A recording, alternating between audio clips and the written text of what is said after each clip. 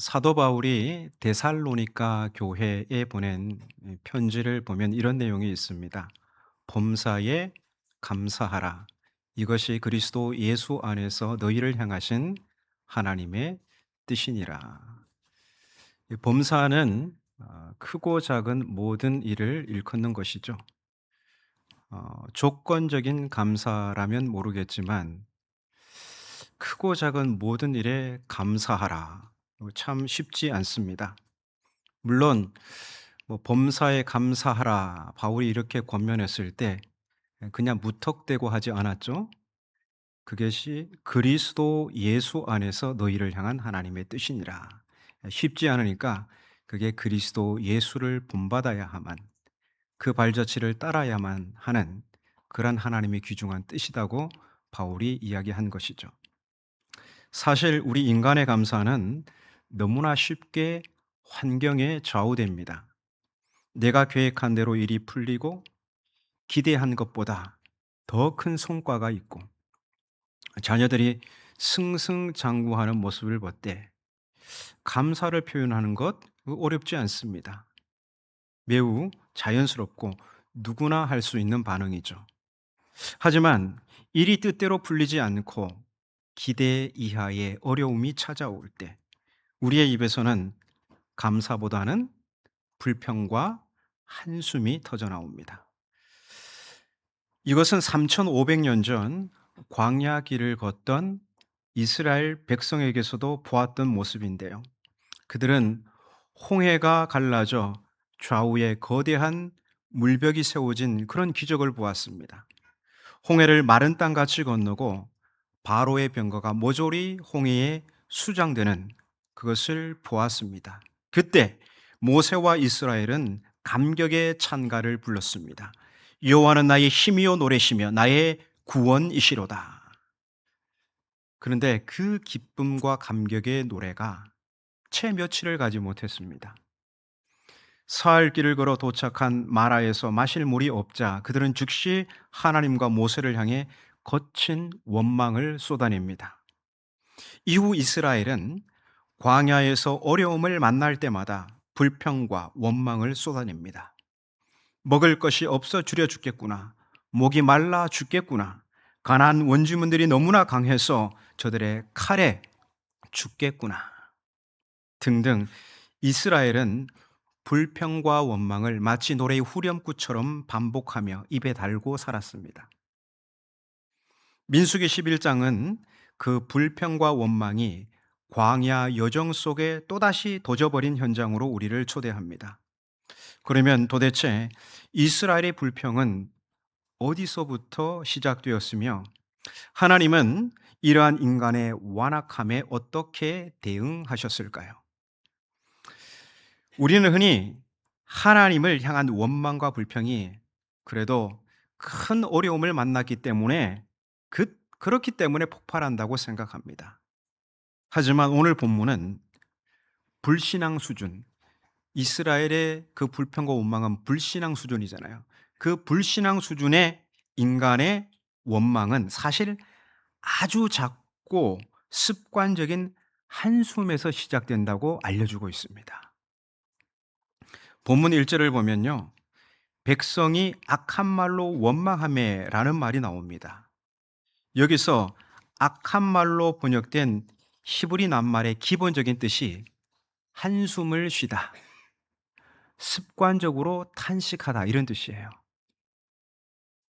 이스라엘 백성들이 처음부터 이 신에 대한 믿음이 없어서 하나님과 모세를 향해 대든 것이 아닙니다.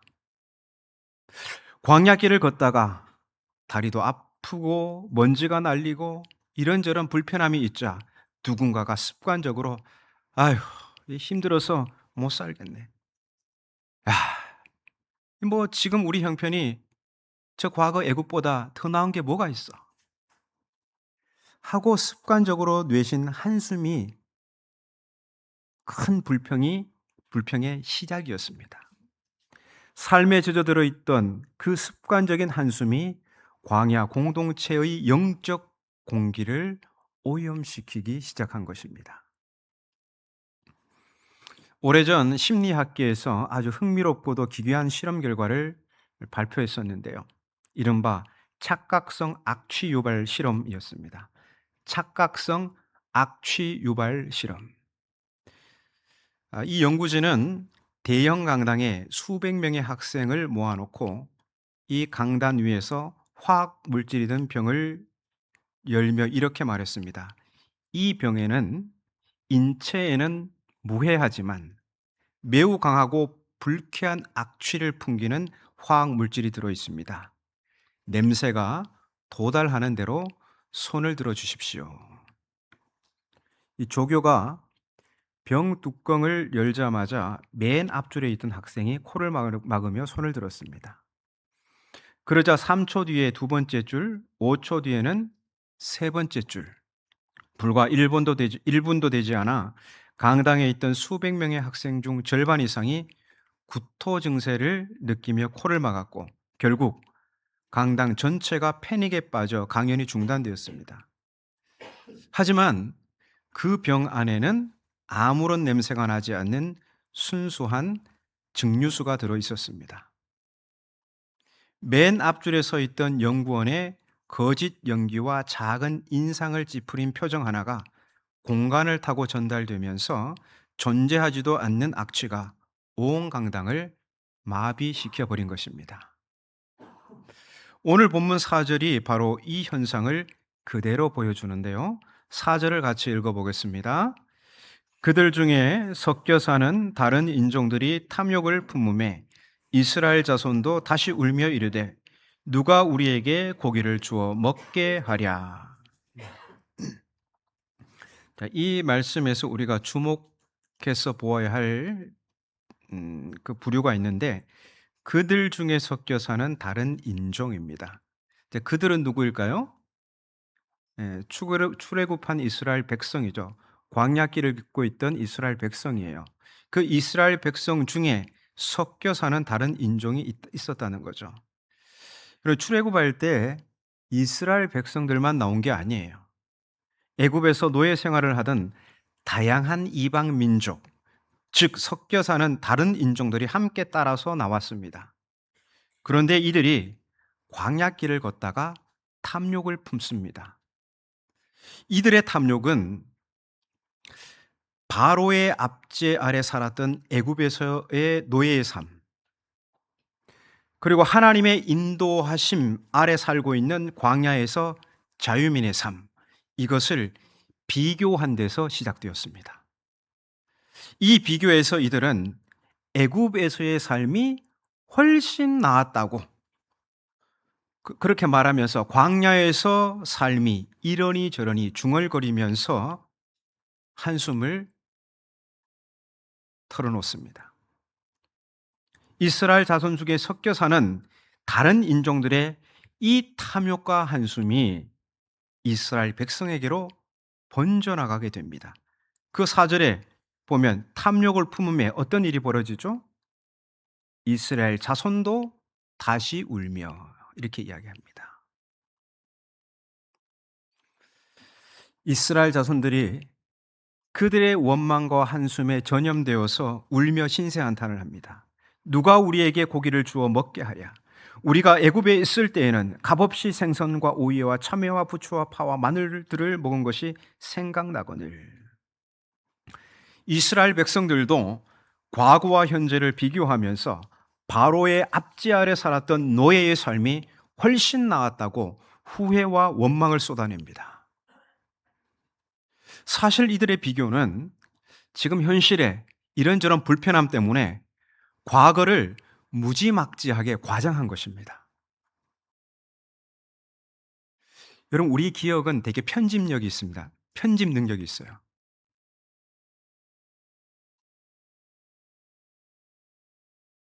과거가 마냥 지금이 어렵잖아요. 그러면 과거에 굉장히 화려했던 그 일들만 기억합니다. 반면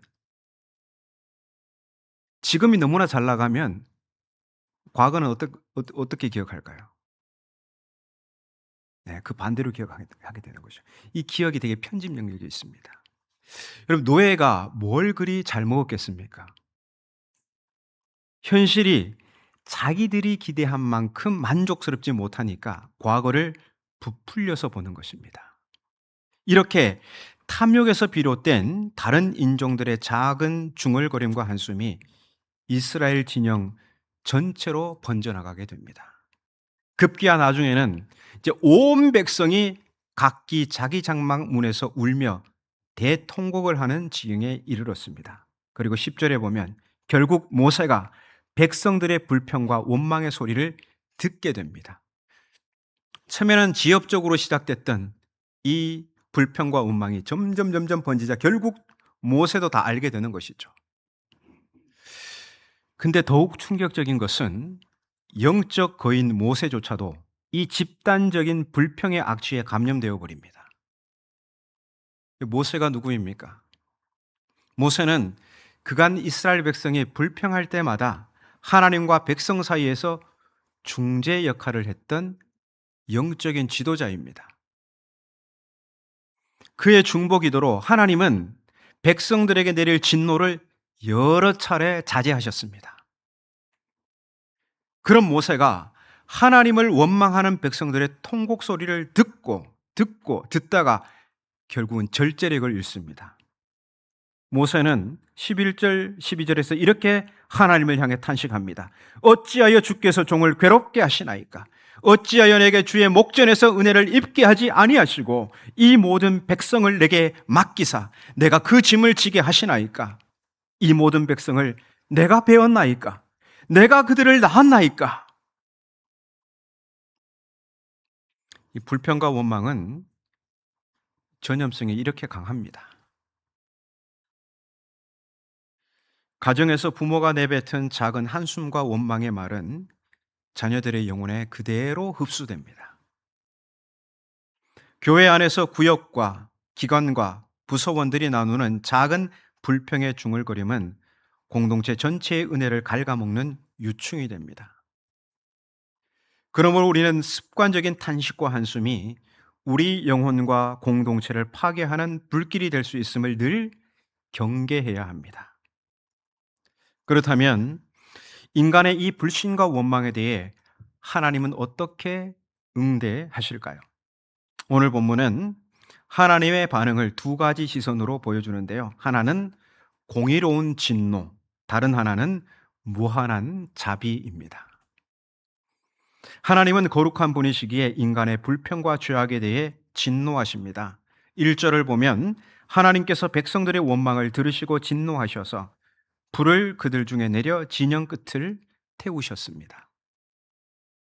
또한 33절을 보면 고기를 달라고 떼를 쓰는 백성들에게 메추라기를 입에 넘치도록 주셨으나 그 고기가 아직 이 사이에서 씹히기도 전에 심히 큰 재앙으로 치십니다. 우리는 이 대목에서 오해하지 말아야 합니다. 하나님의 심판과 진노는 인간을 향한 미움이나 화풀이가 아니라는 것입니다. 그것은 죄가 공동체 전체에 전염되어 멸망하지 않도록 차단하시는 하나님의 아픈 수술입니다. 동시에 오늘 본문이 전하고자 하는 또 하나의 핵심 메시지는 진노 중에도 찬란하게 빛나는 하나님의 더 큰 자비입니다. 다시 1절을 유심히 보십시오. 하나님이 불을 내리실 때 진영 한복판, 즉 백성들이 빽빽하게 모여있는 성막 중심에 불을 내리지 않으셨습니다. 하나님은 진노 중에도 백성들을 긍휼히 여기셔서 진영의 가장 외곽 끝에만 불태우셨습니다. 이것은 진노로 인해 백성을 멸하시겠다는 뜻이 아니라 이제 그만 원망과 한숨을 거두고 내게로 돌아오라는, 이 광야길은 나를 신뢰하고 그래야 한 믿음의 길이라는 것을 하나님께서 말씀하시며 그 백성들을 바라보시며 안타까워하시는 자비의 신호탄입니다. 어디 그뿐입니까? 이 많은 백성을 내가 어찌 다 감당하겠습니까? 내가 배웠습니까? 내가 낳았습니까? 차라리 나를 죽여주십시오라며 지도자의 무게를 견디지 못해 하나님께 탄식하는 모세를 향해 하나님은 단 한 번도 책망하지 않으셨습니다. 네가 믿음이 없구나 하고 꾸짖지 않으셨습니다. 대신 70인 장로를 세워서 그들에게 하나님의 영을 부어 모세를 돕도록 했습니다. 모세 혼자 짊어지고 가던 사명의 짐을 나눌 수 있도록 동역자들을 붙여주시는 자비를 하나님께서 베풀어 주신 것입니다. 만약 하나님께 진노만 있다면 거룩하신 하나님 앞에 살아남을 사람이, 그 인생이 어디에 있겠습니까? 반대로 하나님에게 자비만 있다면 인간은 무례하고 방자해져서 탐욕을 일삼다 결국 스스로 멸망하게 될 것입니다. 하나님은 공의로운 진노를 통해 우리가 얼마나 연약하고 죄악된 존재인지를 깨닫게 하시고, 무한한 자비를 통해 오직 하나님만이 우리의 유일한 피난처이심을 확신하게 하십니다. 우리 인간은 이러한 하나님의 역사를 통해서 인간의 불평보다 하나님의 자비가 더 크다는 것을 새삼 깨닫게 되는 것이고, 그래서 다시 일어서서 광야길을 걷는 믿음과 용기를 얻게 되는 것입니다. 이스라엘 역사를 보면요, 출애굽 이후 광야 40년은 한마디로 불평의 연속이었습니다. 물이 없다고 불평하고, 먹을 것이 없다고 불평하고, 길이 없다고 불평하고, 가나안 땅의 고인들을 보고 불평했습니다. 그렇다면 여기서 한 가지 근본적인 질문이 생깁니다. 하나님은 왜 이렇게도 하나님을 불신하는 모렴치한 이스라엘 백성들을 광야에서 그냥 일시에 쓸어버리고 새로운 민족을 만들지 않으셨을까?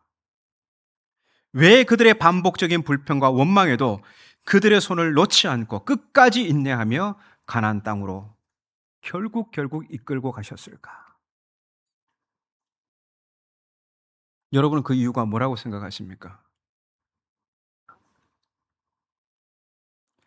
그것은 단지 하나님의 자비로운 성품 때문만은 아닙니다. 그것은 바로 하나님께서 약속하셨기 때문입니다. 하나님은 일찍이 그들의 조상 아브라함과 이삭과 야곱에게 맹세하셨죠.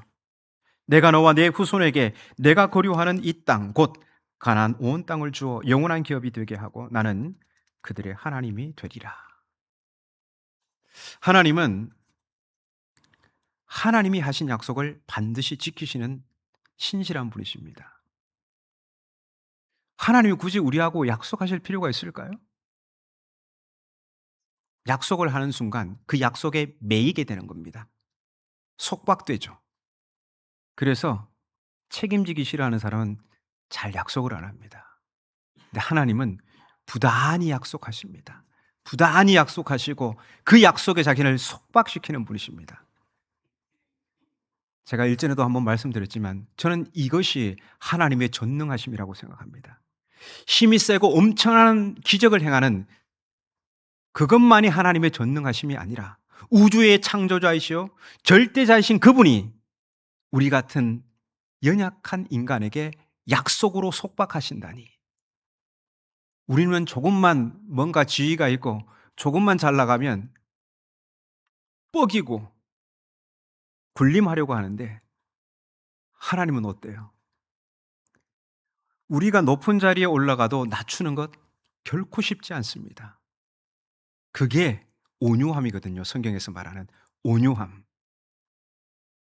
온유함은 자신을 통제할 수 있을 만큼 강한 게 그게 온유예요. 하나님은 약속하시는 분이십니다. 그리고 그 약속에 매이시는 분이십니다. 이스라엘 백성이 이뻐서요? 그들 행위가 의로워서요? 아니죠. 하나님 자신의 이름과 약속을 지키시기 위하여 백성들의 불신앙과 원망에도 불구하고 더 큰 자비하심으로 광야 길을 백성들과 함께 걸어가신 것입니다. 오늘 본문 24절 이후를 보십시오. 모세가 70인 장로를 성막 주변에 모았을 때 하나님의 영이 그들에게 임하여 예언을 하기 시작합니다. 그런데 하필 그 자리에 나오지 않고 진영 안에 머물러 있던 엘닷과 메닷이라는 이 두 사람에게도 하나님의 영이 임하여 예언을 합니다. 여호수아가 달려와서 내 주 모세여 그들을 말리소서 하며 질서를 어긴 이들을 제재하려고 할 때 모세가 뭐라고 말합니까? 29절입니다. 모세가 그에게 이르되 네가 나를 두고 시기하느냐? 여호와께서 그의 영을 그의 모든 백성에게 주사 다 선지자가 되게 하시기를 원하노라. 모세는 깨달았던 것이죠. 이스라엘을 이끌어가고 하나님 나라를 완성하는 힘은 인간의 지위나 자격에 있는 것이 아니라 온 백성에게 성령을 부어주시고 약속을 이루어 가시는 하나님의 주권과 은혜에 있다는 사실을 말합니다. 모세는 일전에도 이스라엘이 금송아지를 만들어 멸망의 위기에 처했을 때 하나님의 약속을 붙잡고 기도했던 적이 있습니다. 주님, 이 백성을 멸하신다니, 이 백성을 멸하신다니 대체 하나님 어찌 그렇게 하실 수가 있겠습니까? 주님, 주의 종 아브라함과 이삭과 야곱을 기억하옵소서. 주께서 주의 이름을 걸고 맹세하신 그 약속은 어떻게 합니까? 만일 하나님께서 그들을 멸하신다면 이방 민족들이 하나님을 어떻게 보겠습니까? 하나님이 능력이 없어서 그들을 가나안 땅으로 약속의 땅으로 인도할 능력이 없어서 하나님이 실패했다고 하지 않겠습니까? 그러면 하나님의 명예가 어떻게 되겠습니까? 하나님의 명예를 위해서라도 하나님의 이름을 위해서라도 하나님께서 그 아브라함과 이삭과 야곱에게 하셨던 약속을 지켜주십시오. 하나님은 약속을 붙들고 기도하는 모세의 기도를 들으시고 뜻을 돌이키셨습니다. 하나님은 바로 이렇게 약속에 매이실 만큼 신실한 분이십니다. 오늘 우리 역시 저마다의 광야를 지나가고 있습니다. 광야는 그늘이 없고 마실 물이 부족하며 예측할 수 없는 위험이 도사리는 곳입니다. 그렇기에 내 힘으로 버티려 하다 보면 자기도 모르게 입에서 한숨이 나오고 원망과 불평이 터져 나오는 것이 어쩌면 자연스러운 일일지도 모릅니다. 그러나 우리는 오늘 말씀에 응답하여 하나를 선택해야 합니다. 우리가 눈앞에 보이는 환경과 장애물 앞에 주저앉아 불평할 것인가? 아니면 어제도 신실하셨고 오늘도 신실하시며 내일도 신실하게 약속을 이루실 하나님을 바라보며 다시 믿음으로 용기를 내어 행진해 나아갈 것인가?